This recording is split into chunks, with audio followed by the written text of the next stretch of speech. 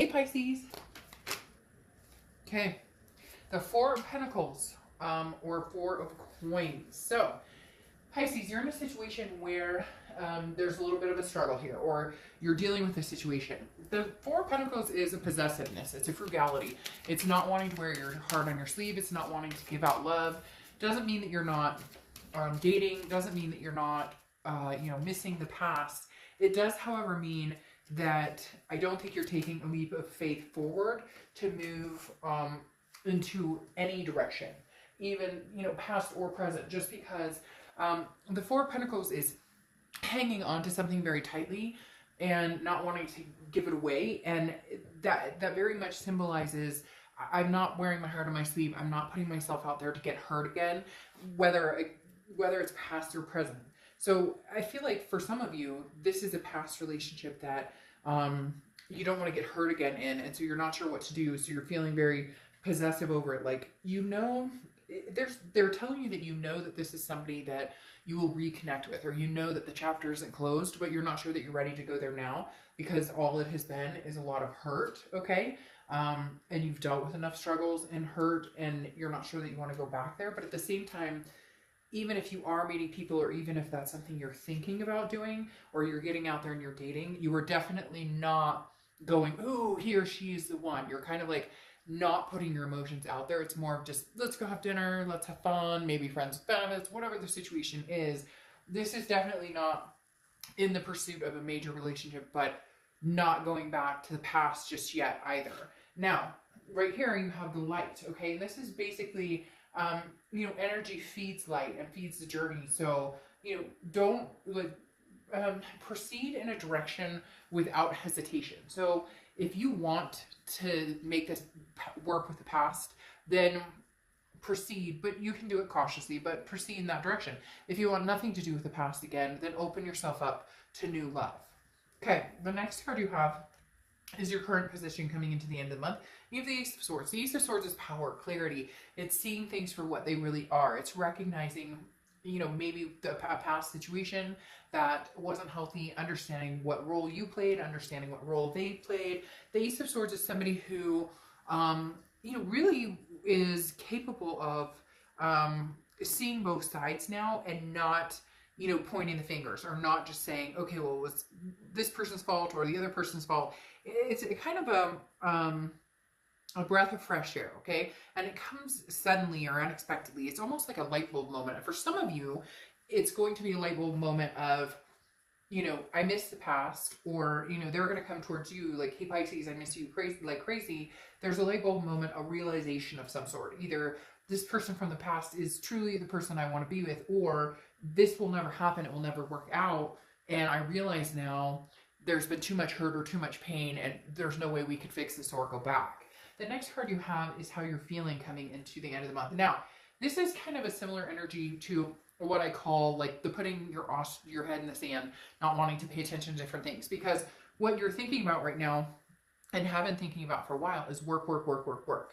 This is definitely like making money, could be investing, it could be a lot of different things, but not focusing on love, not focusing. That's why I said with this Four of Pentacles, even if you're dating, even if you want to get out there, even if you, have been talking to people online, or, meeting people in certain circumstances. I know a lot of people are going to say, well, we can't really socialize right now, but whatever it is, the Eight of Pentacles is saying you're not putting energy into love. You're not putting energy into a past love, a present love, a future love.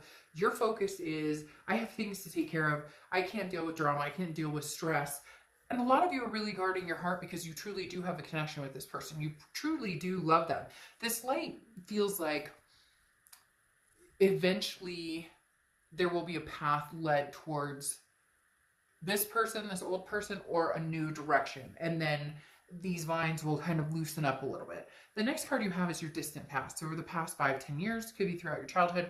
Now, you have the Three of Pentacles here. The Three of Pentacles is teamwork, accomplishment, success. However, it's very much a third-party card as well. So some of you are dealing with somebody who had indiscretions, who was cheating, who was unfaithful. You were unfaithful. You were cheating. This can be reversed. So cross watchers, keep that in mind. This is for Pisces, but it can be reversed. Three of Pentacles is a very strong third-party energy here, Pisces. Seems like this played out in maybe a few of your relationships. It could be, you know, on your end, on their end, on both ends. But the universe is saying, whatever direction you decide to go, new or old, this energy needs to be cleared. If you're going to pursue something from the past, or if they're pursuing you, it needs to be very clear that this energy of the third party is no longer going to be. Why would you waste your time being with somebody if you're going to see other people? You know what I mean? Like, if they come back and they're like, hey, Pisces, I miss you, I love you, I want to get back together with you, it needs to be very clear that this is going to be an open relationship where until the person feels secure, or until you feel secure, that there are going to be concessions made. You know, there are different things you can do to build back trust if you feel like you can. A lot of people are very firm believers that once a cheat, always a cheat, and it's not going to work. But there's a connection here that's very strong. I can't explain it, but with this Four of Pentacles, there's just this very strong, possessive, I don't want to get hurt again, but also this is somebody I know that I'm going to see again or talk to again. This is, and it could be lifelong, and I'm not saying that you're going to get back together with this person indefinitely or anything along those lines. It is very much, though, this is somebody that you will love, you have loved, you will continue to love. You may not be in love with them, but there definitely will be, it's a lifelong companionship, even if you guys aren't together, which I know is hard to express. But there's been some hurt here. Now, this could just be teamwork and accomplishment, but the third party is shining pretty clear. So whoever was involved in the third party, that energy,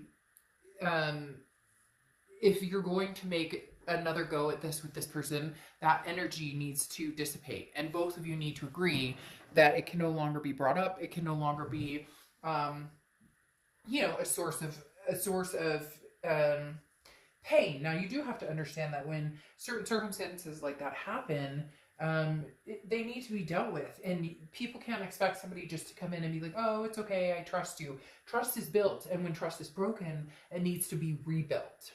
The next card you have is your immediate past, or the past 2 weeks, past month or two, and you have the Three of Swords. So heartbreak, pain, despair. For some of you, this is recent, and for some of you, it is recent that happens over and over and over again. You get back together, you break up, you get back together, but this feels more of a longevity to it now. For whatever reason, this feels like, Pisces, this is an ending. I don't see this ending for good, period. Even if you guys never get back together, you will still connect at random times because of that Four of Pentacles, not willing to completely give this connection up. And some of you may be like, oh, bullshit, I'll never talk to this person again. Well, then you're watching the wrong read, because a little bit of you is curious as to what is going on with the ex, or what's going to go, what could possibly happen with the ex. But there's a major standstill here. The Three of Swords is saying this is like a feeling of, we'll never get back together, we'll never see each other, this was the final cut. But I don't feel like that. It does definitely feel like there are a lot of things that led up to it, and you're seeing, again, clearly where the kinks in everything were, where the break aparts were, but you're not feeding any energy into it right now, and neither are they. The next card you have is your distant future. So over the next few months, and you have the Seven of Pentacles, which is assessing a situation and then making a decision, a pro, a con type, you know, thinking of the good side, the bad side. If we were to get back together, could it be healthy? Could we get past this, the insecurities or the, you know, trust issues? And if we don't get back together, you know, can I get over this and move on in a healthy way? Because right now, you're, as I said, you may be dating, you may be whatever, but there was too much pain before, and there's still a source of pain with this past person that you're not able to completely open up to new people yet. You may be like, oh, I'm moving on and I'm meeting people and I'm dating and I'm having this great time. But inside, there's still a place where that closure has not, you have not healed that wound. And so you may think, oh, I'm falling for this person, and oh, I found somebody and they're amazing and I think I love them, da da da da da. And yet, there's a little bit of a facade on that end, because there's a hole here. They're showing me like a hole, a gap that has not been filled or cemented over yet. Therefore, this isn't completely finalized. The next card you have is your immediate future. So throughout the rest of May, for the next few weeks, and you have the Star card, which is Aquarius's card. So you could be dealing with Aquarius or have Aquarius placements. But the Star card is about light. It's about inspiration. It's about hope. It's a feeling of faith. So there is something here rising in you where either you feel faith in the fact that maybe you and this person can reconcile at some point, or just faith and love that you will get out there and meet somebody new. The Star card can go either way. The main part to the Star card is you haven't lost all faith. You haven't lost all hope that you will find love again, or that you will get another chance with this person, or move on to something, you know, successful and loving. So the best part you have going is you're kind of overcoming this heartbreak and moving into a little bit of a lighter playing field.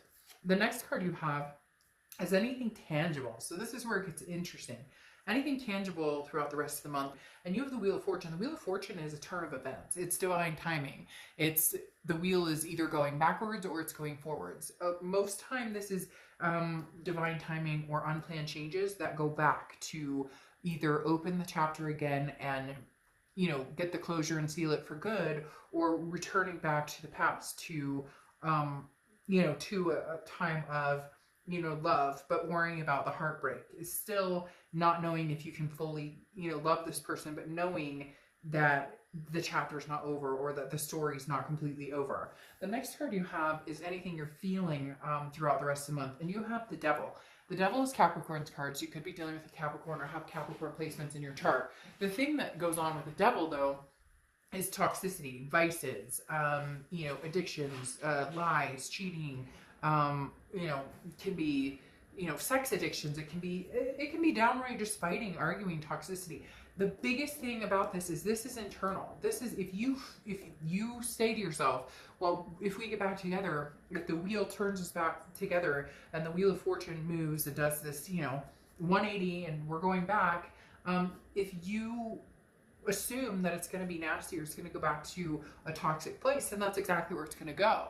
But if you can get over the toxicity or recognize the toxicity in yourself and hope that they have recognized the toxicity in themselves, then there's a possibility you can clear this energy. This is almost a fear, like, hey, if we go back, if this wheel turns and we reverse and it's divine timing, but do we go back to the toxicity? Because it's like, I can't handle that. I don't want to go through that again. The next card are your hopes and fears for the outcome. And you have the Eight of Wands. The Eight of Wands is quick, very swift movement. So someone coming very quickly in Pisces, or you're going to be moving quickly towards somebody. It's news from afar. It's something, again, it's some sort of energy that moves fast, fast, fast. And for some of you, you haven't wanted this return of the ex, and yet in reality, a little bit in the back of your head, because I'm not going to sugarcoat this, is that you are hoping that they come back. You are hoping that you guys can almost like come back together, kind of suction back together and make things right again. But you have some underlying issues, some fighting, some distrust, you know, trust issues, insecurity issues with this person, or they do with you, or, you know, both. Like I said, can be reversed for cross watchers. But in reality, it's almost like you're getting to a peak of, I still think about this person, and one of you is on the verge of like, I have to reach out. I have to say, I can't hold on anymore. That's what this swift action or this communication coming in is. The next card you have is the Seven of Wands, okay? So you have defense, strategies, priorities. This is a defensive card, and it's interesting because you have 7, 8. Right now, the thing is, you're both on the defense. You both feel like you did something right. You both know that you did something maybe wrong, and people are going to say, oh no, there's no way, Dr. Dove, because, you know, they cheated, they lied, whatnot. But there's something I think I said in the last read for you guys, or maybe it was a different sign, but it's reflecting here quite a bit. You guys brought out the ugly in each other to a certain extent. Like, maybe they started it, maybe they cheated, maybe they were, but then you got ugly too, if that makes sense. So sometimes people bring out the best or the worst in us, and for whatever reason, you guys played off of each other, and that happened to where, you know, maybe they cheated or lied, but then all of a sudden you became a version of yourself that you didn't like or that you didn't feel good about. And so with the Seven of Wands, it's almost, I don't want to go back there. I don't want to go back to that place. And yet it's like, but I miss them. I love them. I don't know how long we can hold off on this. Now you have the Magician here, which is connections. Okay, so there is definitely a connection coming at some point. The Magician also is about a versatility. This is saying, you know, we can reflect on this, and hopefully, you know, the Magician is saying we can reflect on this energy and hopefully manifest what we want. Manifest, you know, possibly a new beginning with this person or a new beginning with somebody else. The Magician is saying, look, this could go either way. Either you guys could get back together and it can be wonderful and you guys can release the toxicity, or you guys go your separate ways. There's a versatility about the Magician here, which again is that manifesting what you want. If you truly want this connection back again, then, you know, this is something you can manifest. This is something you can have. If you want nothing to do with them, then you'll move on. However, it's very hard to think of you moving on because you have the Page of Cups, looking at the situation with love, looking at it as though, the thing about the Page of Cups is this is looking at a situation, knowing that it had heartbreak and hoping that you can go back to it without the heartbreak, knowing that you can go back to it without, you know, without carrying those burdens. Somewhere along the lines here, they need to be released. See, you have the Tower card here, which is destruction. It's a dissolution. This tower needs to burn, and then you need to build from a new foundation, or you need to at least, you know, put the fire out and understand that there was torment here, there was anxiety, because you have the Nine of Swords here too, which is anxiety, depression, some sort of fear. It's almost as if you both feared so much of losing the other person or being hurt by the other person that you couldn't completely commit, that you guys couldn't completely come together because there was hurt, because there was anxiety, because there was always something going on. There was a lie, or there was something that happened and things were broken. There were tower moments. And the anxiety is, how do we get back to this new beginning? How do we get back to this Ace of Pentacles? How do we get back to this opportunity of having something prosperous with each other when we don't trust each other, or when there's issues here, kind of always feeling like the next tower moment's coming, the next tower moment's coming, the next tower moment. But you'd like to go into it with them, or they want to go into it with you, where we're looking at it as though there was no heartbreak. How can we clean the slate and come back to this without the constant reverting back to, but 6 months ago you did this, but 8 months ago you did this, but a year ago you did this. When can we look at it as the Page of Cups? And that's the big question that you're asking yourselves, or they're thinking, is when can we get together on this and see eye to eye and understand we both fucked up, but if we want to make a go out of it and want a new beginning, it needs to be a clean slate. Easier said than done. Because then you have the Moon card here, which is Pisces card, your card, and you know that if you see my reads, if you show up in your read, it means you're being organically yourself. You're really trying to figure out exactly what it is that you want, exactly what it is that Pisces wants. The Moon card, however, is a little bit shady. It's confusing. You don't know what they want. They don't know what you want. Therefore, both of you are holding off from anything because nobody wants rejection. But that's the problem that happened in the first place. Something happened, you know, there was breakups, or there was cheating, or there was lies, or something happened here that the trust was broken first. Okay, it doesn't matter who did what to who. That's a moot point at this time. However, something was broken, and in order for it to be regained, the bullshit has to stop. You know, you guys held each other at arm's length. And the Moon card is saying either see things clearly and see the path that you both want to go on together, or don't. And then if you don't, it's going to be confusing because you're wondering if you're going to get rejected. They're wondering if they're going to get rejected. It's the unknown that's killing you both in this situation. And yet the known part is the connection is still there. The connection is not dead. The connection is not, there was a connection with this person that was unlike, you know, maybe anybody you've ever been with, or at least a few people. You've only had this connection with, you know, very few people. The Moon card, though, is saying, is anybody going to step up to the plate and do anything about it? Or are we going to sit in our worry and our woe is me, worried that something's going to happen, or that there's always going to be a problem? And fittingly, your Oracle card is gossip. And this is saying, you know, um, choose wisely as far as like what you want and what you want to believe. This is saying, if you truly feel that you guys can regain this trust and you really want to be with this person, then go for it. And if you think that you guys can develop this, then have the thing about gossip is it's hardly ever true, and that's what you need to figure out here with this person, Pisces, is what part of it was foolish games, nonsense, and ridiculousness that can be completely wiped off, and then what parts of it were, the hard parts that need to be addressed, that need to be at least attended to before you can move forward. Gossip is BS, and what you don't want is the BS. But the good thing about the gossip card is this is saying, trust your instinct and give your trust to somebody if you feel like you can. If there's no way you can ever trust this person again, then it just won't happen.